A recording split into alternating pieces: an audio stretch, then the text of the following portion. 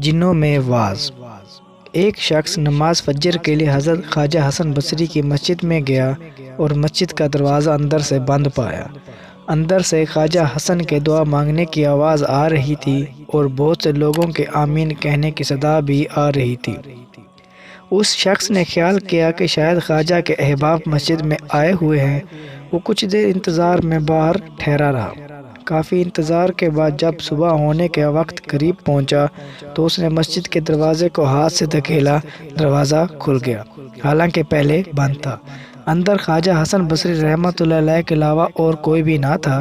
اس شخص نے نماز پڑھی اور بعد میں خواجہ صاحب سے پوچھا کہ حضور، میں نے تو مسجد کا دروازہ بند پایا تھا اور آپ کی دعا اور ایک با جماعت آمین کی صدا سنی تھی، مگر جب کچھ دیر کے بعد دروازہ کھلا تو اندر آپ کے علاوہ کسی کو بھی نہ دیکھا۔ یہ کیا ماجرا ہے؟ خدا را کچھ تو فرمائیے۔ حضرت خواجہ حسن بصری رحمۃ اللہ علیہ نے اس شخص کو تنبیہ کی کہ خاموش رہ اور یہ بات کسی کو مت بتانا۔ یہاں ہر روز فجر کی نماز سے پہلے جن اور پریوں کی ایک جماعت میرے پاس درس لینے اور واز سننے آتی ہے اور آخر میں باقاعدہ سے دعا ہوتی ہے۔ آج بھی وہ مخلوق آئی ہوئی تھی اور انہوں نے ہی دروازہ بند کر رکھا تھا، اور جب وہ باہر نکلے تو تمہیں خبر تک نہ ہوئی۔